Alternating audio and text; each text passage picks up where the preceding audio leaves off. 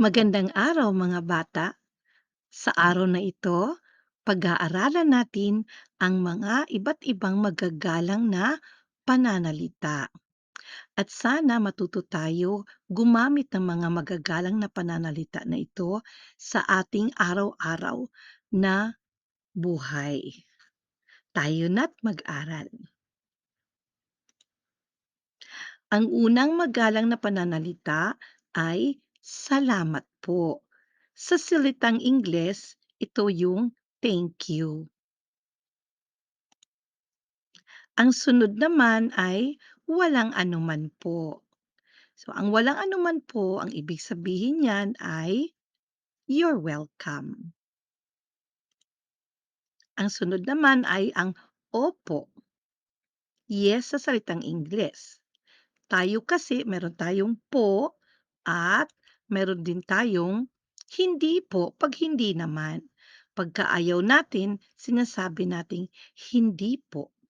Meron 'yang parating po, opo, oho, o hindi kaya, po, gano'n lang po.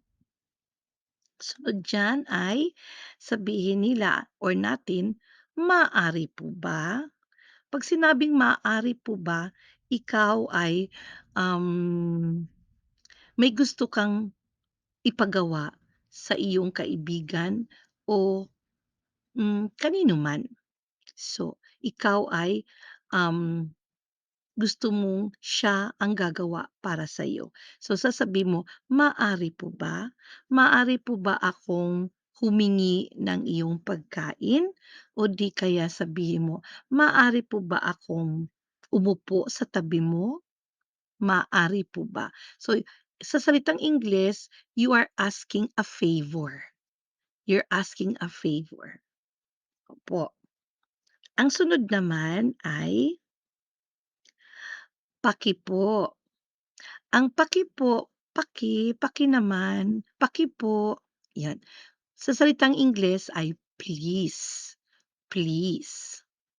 Tayo naman sa salitang Pilipino, sinasabi natin, "Paki po, pakiabot po ng pagkain," o "Paki naman, pakidala po."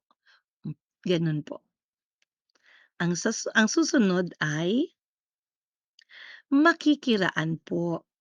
Makikiraan, excuse me sa salitang Ingles.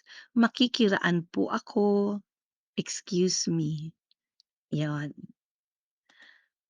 Ang sunod naman ay magandang umaga po. Sa salitang Ingles, good morning. Magandang umaga po, ayan. Ang sunod ay 'pag meron tayong magandang umaga or magandang umaga po, meron naman tayong magandang tanghali po. Ang ibig sabihin niyan ay good afternoon sa salitang Ingles.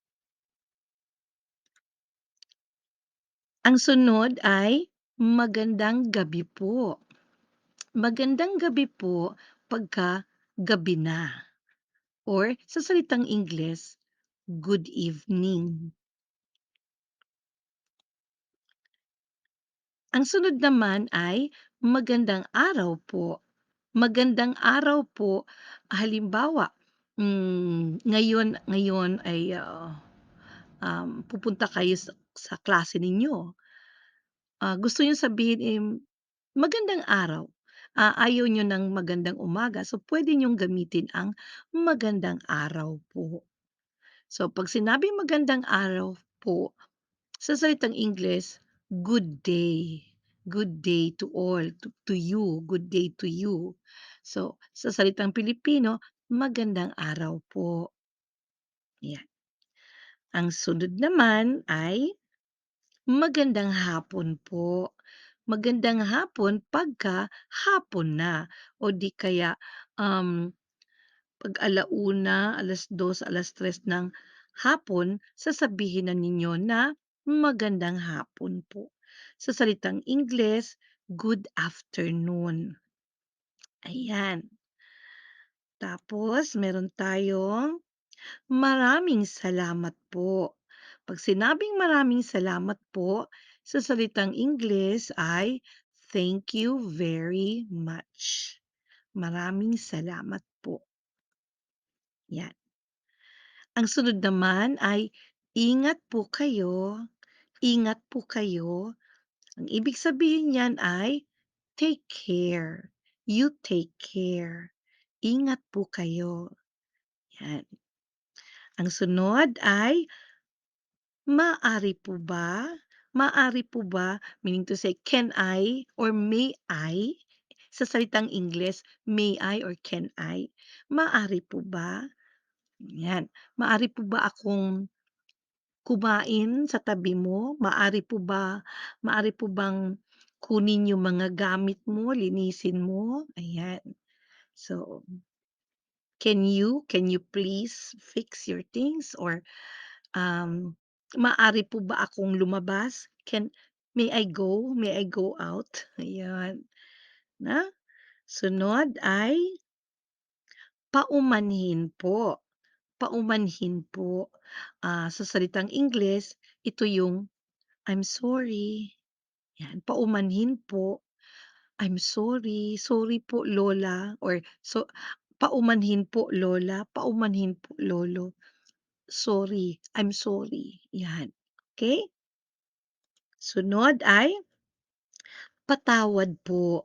Patawad po, ito ay, karugtong din ng paumanhin, paumanhin, patawad, medyo pareho lang sila 'no. Patawad po, sasabihin mo, "Sorry, I'm sorry," 'no. Paumanhin puwede din patawad po, ayan.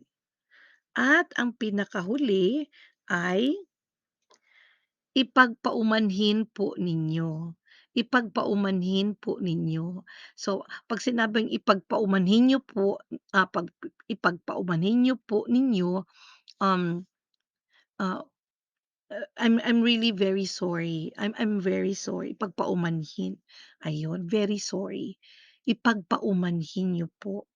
Ayan. So mga bata sana sana magamit ninyo ito sa pang-araw-araw na, ginagawa ninyo. Kasi po tayo pong mga Pilipino likas tayong magagalang.